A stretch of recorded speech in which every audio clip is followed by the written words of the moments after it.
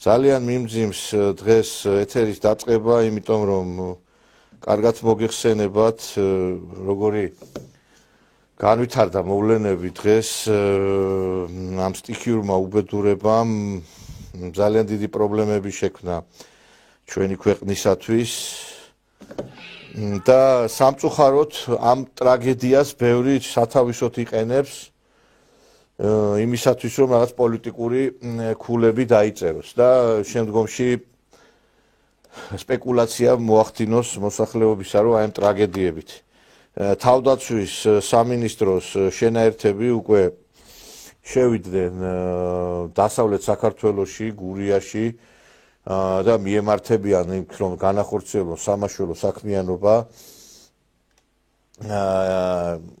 ეხლა იცით 1985 წლის შემდგომ არ ყოფილა აი ესეთი უბედურება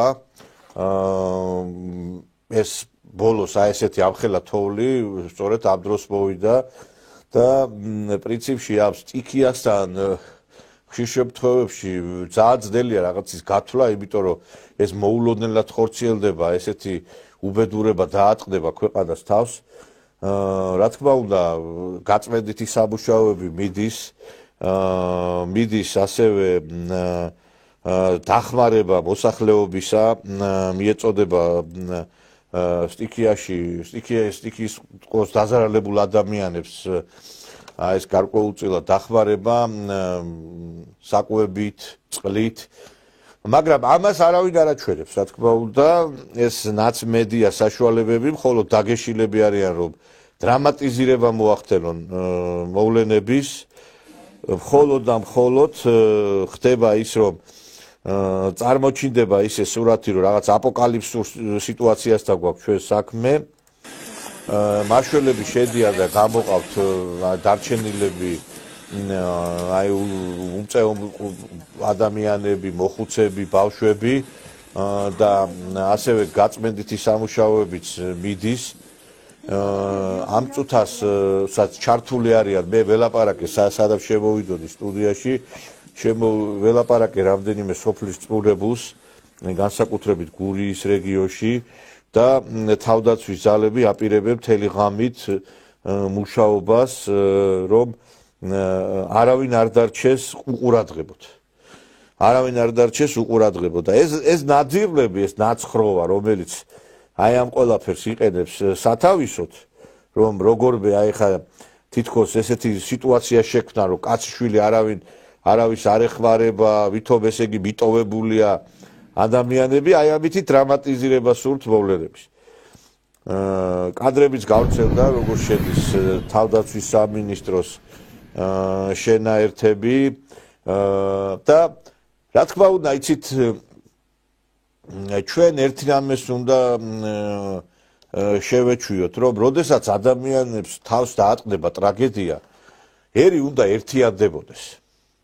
და არა უნდა ვიყოთ ჩასაფრებული პოზიციაში, რომ რაღაცნაირად პრობლემები შეუქმნათ ქვეყანასაც და იმ მოსახლეობასაც. იმის მაგდივრად, რომ ყველა გარკვეული დახმარება გაუწიოთ სახელმწიფოს, რომ აი ამ ძნელბედობის ჟამს, რომ რაღაცა თუ არის პრობლემა, რა თქმა უნდა ითქვას უნდა, რომ სადღაც რაღაცა პრობლემაა, მაგრამ ჩვენ ვხედავთ, რომ ძირითადად ყველა ტრაგედია გამოყენება ხდება ნაცმოძრაობის და მისი ხროვის მიერ იმისათვის, რომ რაღაცნაირად დრამატიზირება მოახდინოს სიტუაციის. ეხლა ადამიანი რო უყურებს ტელევიზორს, გული ხო არ უნდა გაუხეთქოთ ჩვენ მოსახლეობას, არა? ეხლა ძალიან ბევრი ადამიანი შეიძლება ტელევიზორსაც ვერ უყურებს, ისეთი მძიმე სიტუაციაა, დიდი თოვლი მოვიდა, 2 მეტრა არის თოვლი. მე დარწმუნებული ვარ, ის ზარალიც, რომელიც განიცადა მოსახლეობამ, ბევრ სახლის მძიმე მდგომარეობა არის გურიაში. იმიტომ რომ იცით, ხალხი არის მაღალმთიან სოფლებში განსაკუთრებით მიტოვებული და გაჭირვებული რეგიონია ყველაზე მეტად გურია. იცით რატო, რომ ესე იგი, აი არ ვიცი, ჯერ იყო და აი თხილით უნდათ ამოესუნთქათ ამ ხალხს და ის თხილიც ამ ფაროსანამ გაანადგურა ეს მოსავლები. მერე იყო ეს ციტრუსი, რომელმაც ვერაფერი შვება ვერ. აი, ყველა რეგიონს რაღაცნაირად ყურადღება ექცევა და გურია თითქოს ცოტათი ამ კუთხით მეტდახმარებას საჭიროებს. იმიტომ რომ დღეს ფაქტობრივად ბევრი სახლის სახურავი იმიტომაც ჩამოიშალა, რომ წასულია დაცლილია სოფლები. აი, სკოლები გაიხსნა, ბაღები გაიხსნა და კონტინგენტი არ იკრიბება, იმიტომ რომ ხალხი არის გასული სოფლებიდან. და როდესაც სოფელში ახლა ორი კაცი ცხოვრობს, რა თქმა უნდა, ის ორი კაცი ყველა სახს ვერ მოახდენს იქ რომ სახურავი თოვლისგან გაწმინდოს. ახლა მეც იქიდანა ვარ წარმოშობით, ახლა ძალიან მიმძიმს, რომ აი ამ რო უყურებ ამ კადრებს და ზოგიერთმა იდიოტმა ამაზე ღლიცინობისათვის მოიცალა, რომ ადამიანების ტრაგედიით იღლიცინოს და იმასხარაოს რა. აი არ მინდა ზოგჯერ იცით რა ვიკავებ თავს ყველას ხო არ ზოგჯერ არის ხოლმე რომ აი არ გინდა რომ რაღაცა კრიტიკული თქვა, იმიტომ რომ ისედაც ჩვენი გადაცემით კრიტიკა ბევრს არაკლია და არ მინდა აი ზოგჯერ არ გინდა ადამიანს უთხრა ის რომ ნაძირალა არის, მაგრამ აი გაიძულე რომ თქვა ნაძირა. შეიძლება ეხა იუმორისტული რაღაცეებით, ჩანართებით მას ხდა რა ქვია რაღაცა ეხა ხო შეიძლება სადღაც იუმორი საგან გაატარო? და ესე იგი შევედი ერთმა იდიოტმა პოლიტიკოსმა დაწერა რაღაცა იუმორისტისა და რაღაცა ვითომ გაიყუმრა, ჯერ ესე იგი ხალხი იხოცება რა გეხუმრება იდიოტო შენა. და მე ნახე ესე იგი სმაილები, ერთი 100 კაციც ამაზე ხითხითებდა. თქვენ უპატრონოებო თქვენა. ეხა იქ რო იყოთ იმ გურიაში და იმერეთში ერთი მაინტერესებს 2 მეტრა თომში და იქ იყოს და ესე რო წაიკითხავ ამას რომ დაცინის სიმხა. ერთი ჭუაზე დადგები თქვენ? იდიოტები ხართ, გეუბნები, აი ერთმა რუსმა მეცნიერმა თქვა რომ ქართველები დაავადნენო და დაავადდა სამწუხაროდ ამდენი შიზოფრენიკისაგან. აი ენაზე მადგია ეხლა იმ ნაძირალა პოლიტიკოსის გვარი და სახელი, ვინც აი გურულები მასხრათ აიგდო. და მე მიხვდა და წაშალა ის Facebook გვერდზე თავისი ნაბღაჯნი. და ყველაზე უფრო ნაძირლები აი კიდე იმას სმაილიკებს რო წერდნენ იმ სასაცილოდ. შეიძლება ადამიანების ტრაგედია რაღაცა სასაცილოდ გამოიყა. იუმორს ვინ მასწავლის? მე და იუმორით ცოცხლობ და აქ ამ გადაცემაშიც მაკუთხით ნაკლეო არ მაგრამ გააჩნია როდის და სად იცინი და სად ღლიცინებ რა. იქით ვიღაცები კაი ბოდიში და ღლიცინებენ, აქით ამ ხელისუფლებას ვიღაცები ურტყამენ, გეუბნებით ეს არის საგიჟეთში ვცხოვრობ ჩვენ ზოგჯერ რა.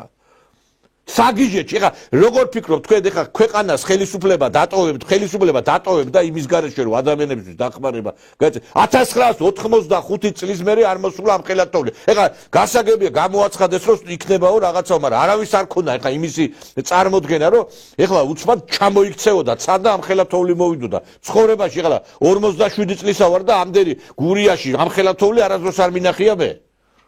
ვინი ფიქრებდა ამას? ხდება ესეთი რაღაცეები და ამის გამო უნდა ესე იგი წინასწარ ეს ნატო გოგელია რომელიც დაწწოდა იქა ადამიანების გულის გასახეთქად იქა სიუჟეტებს აკეთებს რომ ხდება ინგრევა იმ რა უბედურებაა ესა. ან როდის იყო რომ ეხა ყველა სოფლის გზა შეიძლება რომ ტრაქტორი მოძრაოს ყველა სოფლივე ეგეთი რამე ამერიკა ვერ ახერხებს ამას და საფრანგეთი და გერმანია და ნახეთ ერთი სტიქიის უბედურებები რო ხდება სხვადასხვა ქვეყნებში და რა ხდება იქ ესე ყველა უცბად რა ვიცი აგერ ამერიკაში რო დაიწვა ის ხოლი გადაიწვა მთელი სანაპირო ვერაფერი ვერ უშველეს. მე კი არ ვამართლებ ამას, მაგრამ რაღაცა ცოტა გარკვევით და გაგებითაც უნდა მოვეკიდოთ ყველაფერს რა. რაც გაქვს შესაძლებლობა და როგორ რა ქვეყანაცა ვარ და როგორ წავარ და რა ვიცი ამერიკა ვერ ახერხებს და საფრანგეთი ვერ ახერხებს რაღაცა ხშირად აი ესეთი დიდი სტიქიური უბედურებების გამკლავებას. არა გეუბნებით ესენი არიან გავიგეს ნაცები რო ვინც არიან, მაგრამ ზოგიერთ იდიოტის აი ამ ღლიცინმა ისე მომიშალა ნერვები ამ სტუდიაში შემოსვლამდე რომ არ ვიცი. აი უბრალოდ არ მინდა იმ ადამიანის, იმიტომ რომ აი ყველას ხო არ მასიზამ ზოგჯერ მართლა რა რაღაცა ვიღაცას გონია ადამიანია, ყველა ხო არ უნდა იმას ქნა, რა ქვია, მოისვაროს მართლა რა. ხალხი იხოცება. ბოდიში და იხოცება როგორ ახლა პირდაპირი გაგებით კი არა, ნუ იხოცება ნერვიულობით. თორე გასაგებია ორი მსხვერპლი არის, ერთი გადმოვარდა იმიდან თოვლის გაწმენდის დროს და მეორე 106 წლის ქალბატონი გარდაიცვალა და ჩვენ დასაკარგი ადამიანები არ ვყავს, გასაგებია ორი ადამიანი არის დაღუპული, მაგრამ ეხლა ესეც საკმაოდ ბევრია ჩვენისთანა პატარა ქვეყნისათვის, ერთი კაციც რომ მოკტეს ესეც ის არის, მაგრამ ისეთი სიტუაციაა და ვიღაცები საღლიცინოთ იცვლიან აქ რა. ზოგიერთი ტვინგაყიდული სულელი. აი ხაც თავდაცვის სამინისტროს ძალები მუშაობენ და მე ვფიქრობ, რომ არც ერთი ოჯახი არ უნდა დარჩეს. ყველას უნდა მიეცეს კომპენსაცია, ყველა სახურავის უნდა ეხა ბიზინა ივანიშვილმა საჩხერეში ყველა სახურავი გადახურა, როცა არაფერი არ უჭირდა, იმ ხალხს ტიქიაც არ ყოფილა და მე დარწმუნებული ვარ, რომ არც ერთი ოჯახი აჭარაში, გურიაში და იმერეთში არ დარჩება კომპენსაციის გარეშე.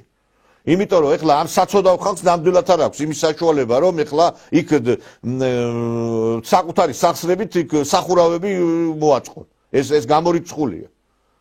და ბოლო კიდე ერთი რაღაცა ყურადღებაც უნდა მივაქციოთ აი ამ რეგიონებს, რომ აი განსაკუთრებით გურიას, იმიტომ რომ არ ვიცი ერთხელ ის ხუმრობა იქით იყოს და ეს რუსის ჯარმა რო გადმოიფრინა აქ 2008 წელს გურიასკენ რო გადაიფრინესო ჩათვალესო რომ დაბომბილია ისედაც უკეო და რაღაც გვინდაო და ამიტომ ეხლა რა ვიცი მე ეხლა ყველა რეგიონში არის პრობლემა სოციალური, მაგრამ განსაკუთრებით აი დასავლეთ საქართველოში იმის გამო რომ ამ ფაროსანამ შეჭამა და შეხრა ყველაფერი ძალიან უჭირს აი ამ რეგიონებს, განსაკუთრებით გურიას.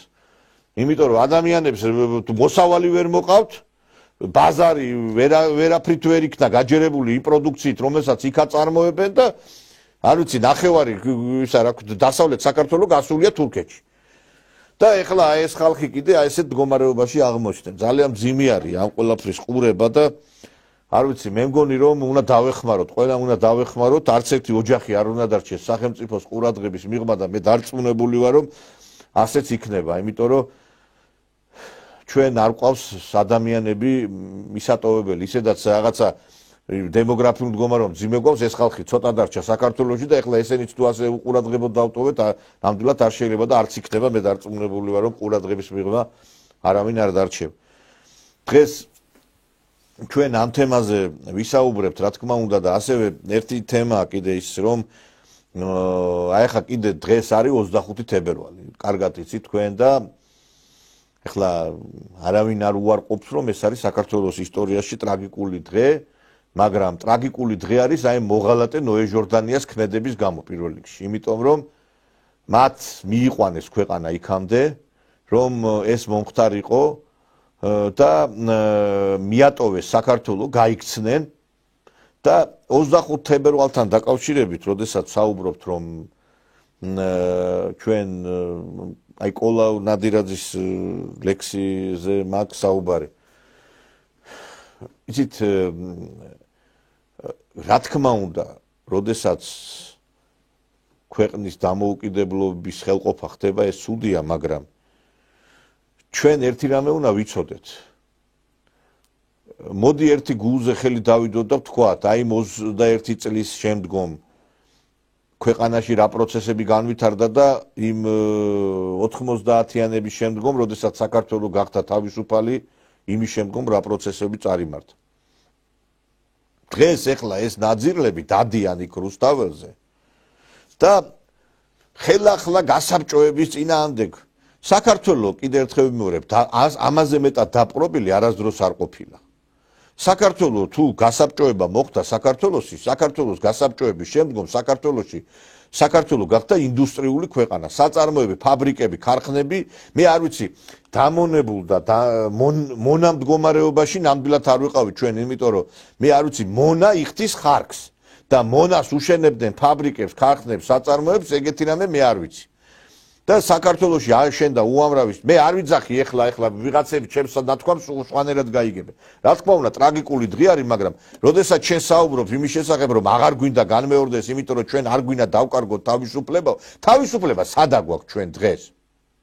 საქართველო არის დღეს ოკუპირებული დასავლეთის მიერ, კი ბატონო 20% რუსეთს აქვს, 80% აქვს დასავლეთს ოკუპირებული. და დღეს მიდის ბრძოლა, რომ აი ეს გამთავისუფლდეს ქვეყანა აი ამ ოკუპაციისგან 80% რომ განთავისუფლდეს. იმიტომ რომ როდესაც შენ პარლამენტის არჩევნებს ვერ ატარებ, როდესაც არჩევნების ლეგიტიმაციას ეჭვის ქვეშ აყენებს დასავლეთი, როდესაც შენ წინაშე შენი ხელისუფლების წარმომადგენლებს ასანქცირებენ, იმიტომ რომ შენ მათთვის მიუღებელია ესა თუ ის ხელისუფლება, ეს უკვე მეტყველებს იმაზე, მეგობრებო, რომ რა მძიმე მდგომარეობაში არის ჩვენი ქვეყანა და ესეთი ოკუპაცია საქართველოს არასდროს არ ქონია. კიდევ ერთხელ ვიმეორებ, თუ იყო საქართველოს გასაბჭოების შემდგომ ვითომ დამონებულის არაფერი არ ეტყობოდა ქვეყანას, იმიტომ რომ რაც კი რამე აშენდა და რაც კი რამე შეიქმნა, იმ მაგ პერიოდში შეიქმნა. და როდესაც თავისუფალი გავხდით, აი ეს აშენებული დაინგრა ყველაფერი. და დასკვნები თქვენ გამოიტანეთ, თვითონ მე მტკიცებულებით ვლაპარაკობ. ყველა საწარმო, ფაბრიკა, ქარხანა, ყველა დემოგრაფიული მდგომარეობა, ქართული კულტურა, ქართული ხელოვნება, ყველაფერი აყვავდა მაშინ. და როდესაც დამოუკიდებლობა მოვიპოვეთ, ყველაფერი დავანგრიეთ. და მოვსპეთ და გავანადგურეთ. ხო და დასკვნები თქვენ გამოიტანეთ, როდის იყო საქართველოს თავისუფალი. საქართველოს აი გასაბჭოების შემდგომ უფრო თავისუფალი და დემოკრატიული და ქართული იყო, ვიდრე ეხლა არის. ქართული, რასაც ქვია, სახელმწიფო იყო მაშინ. ყველაფერი ქართული სიმღერა, კინო, რამე თუ არსებობს, ყველაფერი მაშინ შეიქმნა. და ნოე ჟორდანიამ ადგა და ჩვენი უნიკალური ფონდი გაიტანა და ქალებში და დროსტარებაში იმასქრა დაამღერა და ისიც რაც დაბრუნდა, რა თქმა უნდა, ექვთიმე თაყაიშვილის დამსახურება, მაგრამ ყველაზე დიდი დამსახურება იოსებ სტალინის არის, რომ ის ჩვენი განძი დაბრუნდა საქართველოში. იოსებ სტალინის დამსახურება. და ექვთიმე თაყაიშვილმა, რა თქმა უნდა, ამაში წვლილი შეიტანა, რა თქმა უნდა, დიდი.